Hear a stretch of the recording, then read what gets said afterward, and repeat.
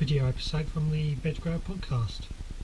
I'm just starting to do some plat some onions, like I've done with the garlics and stuff here. Been promising to show that for a while now, so I thought I'll get on and do that. So I'll show you that now, and then I'll come back with another one. Okay, so I've got some onions here that I'm going to do this with. Firstly, I'm going to take the first onion. I like to put it up in the top left hand corner with the stem coming down at an angle, like so. I will then take the second onion and basically go opposite. So it's going to come like so and come the other way.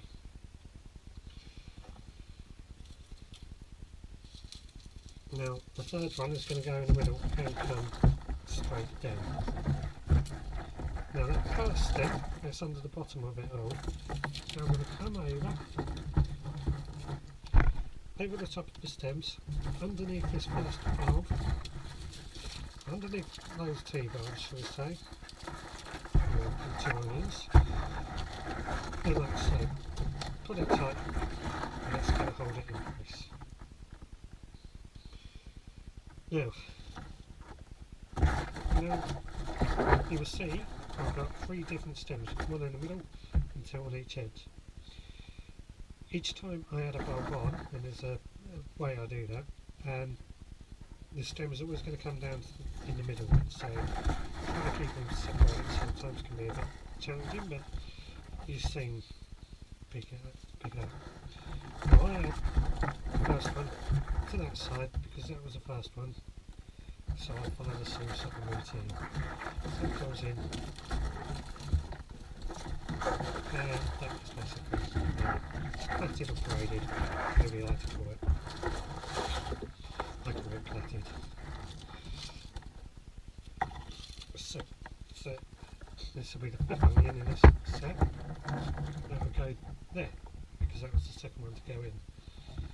And again, this stem comes down the middle. It is plaited.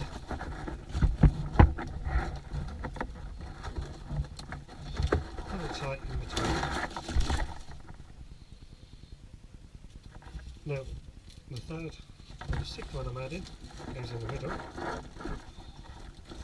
And again, that's plaited.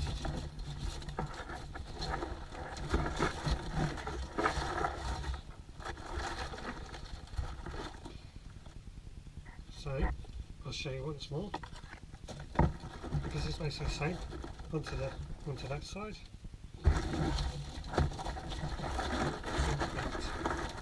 Put it tight in between. Next one, there, stem comes down the middle,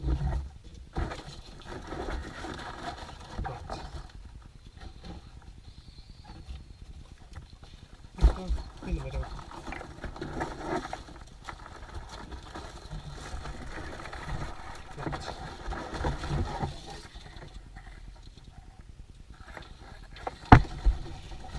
I think you get the general idea now.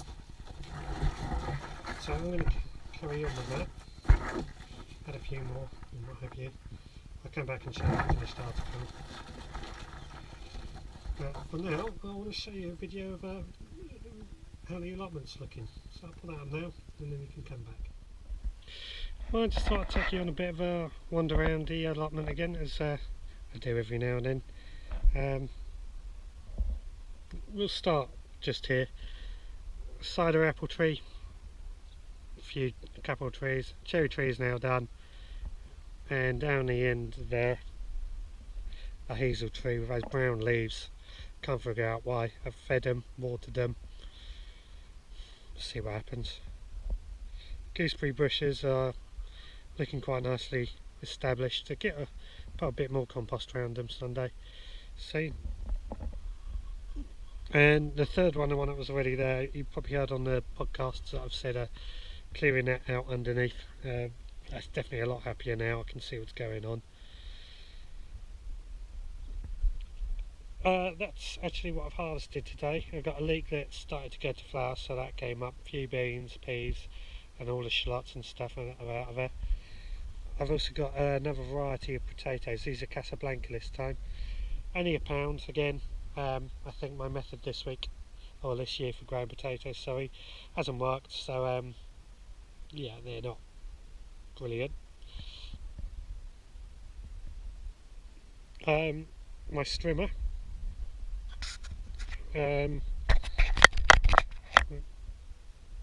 hopefully you can see this, it's broken today. I was trying to use it, it's done this before.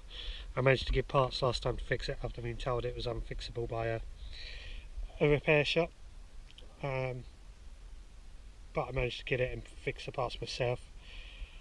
I think it's gone again, so I'm going to have to try and get the parts again. I was hoping to trim all that lot down there, hasn't, and as it gone, I haven't been able to. I've been using hose and stuff to try and just start digging it out there and make it look a bit better. These are just some of the raspberry canes I've dug up that were spare. I hate throwing good plants away, so I've dug them up until I can find a use for them. Okra, growing away quite happily. Hasn't really grown much in height, but it's what's underneath that counts. That chili plant, that's doing fantastic. Same as the yacon, that's really sprung into life now, so pleased with that. Sweet peas and tomatoes are in this, sweet potatoes sorry, and tomatoes are in this bed. Done a bit of weeding amongst it, but this couch grass is just growing and growing and growing, so I'm trying to keep on top of it, but it grows faster than what I can, so I do what I can, and then when the bed's actually emptied, I'll dig out all the little pieces of root and try again. It's the same for this bed here really, the bean peas bed. Couch grass has just taken over, but it's doing what it can. These peas here are the marrow ones for making mushy peas. I've had a few of those, but not as many as I would like, I have to admit. I've probably done them too early. But those beans there, you can hopefully see there's more growing. Every few days I'm going to get a few more beans. These are the ones I've done for my granddad's funeral in April. So yeah, I'm not particularly keen on runner beans, but my wife likes them. My granddad always grew them, so kind of keeping that tradition going. These are the main crop potatoes, and they're doing okay. They're starting to die back. The ones towards the back there, the first earlies and second earlies, they've died back, so they're coming up. That's why that variety I've shown over there, the Casablancas, they've gone. Raspberry canes, it looks like a lot of these ones where I cut them back to see if they're autumn or summer. Looks like the autumn ones are going to do better than what I thought were the summer ones, so we'll keep that going and see what happens anyway. I really need to get all that de-weeded out, just trying to get in there. That bed was a young and shallot bed, that's now empty. Rhubarb was really came on, which I'm pleased about. Oh, sorry. It's just, yeah, the rhubarb bed, that's really came on. Really pleased with that. And the globe artichokes are in flower. How pretty do they look? God, I can't believe I just said that. Oh well. Don't really eat globe artichokes if I'm honest, so I didn't get around to harvesting them, so if anybody can suggest a decent recipe for them for next year, I might eat some. This blackberry bush really has to go, I've decided. It's a point when I can get it from the roadside or stuff. Asparagus has really done well, I think that's established. Towards the back there, that apple tree is just looking really good. I'm pleased with that. And the strawberries underneath are really taking over. These cages are actually lasting. Some of the broccoli, as you can see, has gone to flower. I'll digging up the ones that have gone to flower and give those to the chickens. But the ones that haven't gone to flower aren't doing too bad, and Brussels sprouts are in there. They're all looking like it's established quite well. I'll be watering them all later. Right, drew some artichokes. Not much more I can say about that. That's That's grown better than it did last year, I have to say. A lot higher. Not as high as it should be again, but hey, I'll take what I can. A few other bushes. Leeks, as I say, I've had one of them start to go to flower, put up a flower spike, so I've dug that one. I've just seen there's another one, so I'll dig that out. That's the elderflower tree, if I remember right. That tree, which is a plum, has lost all its leaf for some reason, so I'm going to keep an eye on that and see what happens. I may have to replace that. Another empty bed, that'll be with onions soon. Should have said that one over there. It's going to have garlic going in next month, so that's ready. Now that's the elderflower tree. That other one was a sloe. So yeah, that's the elderflower. That's doing well. Oh, the comfrey, as it should. A pear and apple tree down the end there. Not much I can say about those, as they're still in their establishment. And the final bed is this carrot and parsnip bed there. I keep digging the weeds out. Again, I've got to get on top of these weeds. It's just taking forever to... I think whoever, where this was rotivated in the past, they've thrown weeds around everywhere, so they're taking a bit of time to get hold of. Some of these carrots are possible, are ready to harvest if I'm honest, the same as the parsnips, but I'm not ready for them really. I'm waiting until I need them. No point taking them too much earlier.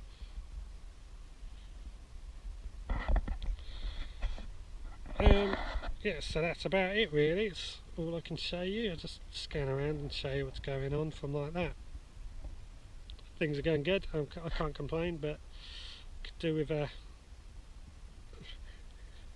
think next year's going to be better. That's all I can say really. Well, I hope you enjoyed that little tour of the allotment. I haven't really done a proper tour like that for a while, so I thought it'd be a bit different. I've set the camera up just slightly differently from last time, if you haven't noticed. Just experimenting with things anyway. Right. Let's stand back a bit. That's what I've ended up with. I should have said, when I ran out of onions, I just continued plaiting over and under with the stems until I run out. I've cut them at the end, just tidy them up, and then at the end I've also just added some string just to hold them together.